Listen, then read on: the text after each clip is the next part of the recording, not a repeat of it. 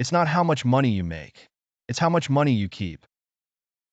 In 1990, Mike took over his father's empire and is, in fact, doing a better job than his dad did. We see each other once or twice a year on the golf course. He and his wife are wealthier than you could imagine. Rich Dad's empire is in great hands, and Mike is now grooming his son to take his place, as his dad had groomed us. In 1994, I retired at the age of 47, and my wife Kim was 37.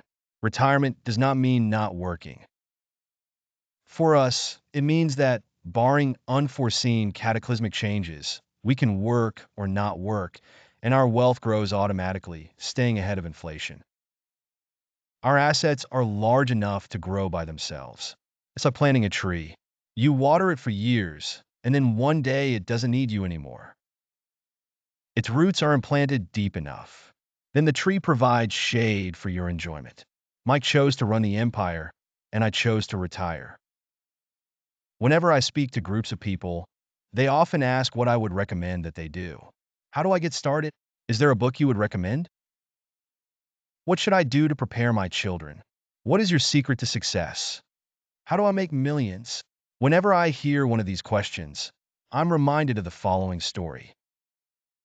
The richest businessmen in 1923, a group of our greatest leaders and richest businessmen, held a meeting at the Edgewater Beach Hotel in Chicago. Among them were Charles Schwab, head of the largest independent steel company; Samuel Insull, president of the world's largest utility; Howard Hobson, head of the largest gas company; Ivar Kreuger, president of International Match Company, one of the world's largest companies at that time; Leon Fraser, president of the Bank of International Settlements; Richard Whitney, president of the New York Stock Exchange; Arthur Cotton and Jesse Livermore, two of the biggest stock speculators; and Albert Fall, a member of President Harding's cabinet. 25 years later, 9 of these titans ended their lives as follows. Schwab died penniless after living for 5 years on borrowed money. Insull died broke in a foreign land, and Kreuger and Cotton also died broke. Hobson went insane. Whitney and Albert Fall were released from prison, and Fraser and Livermore committed suicide. I doubt if anyone can say what really happened to these men.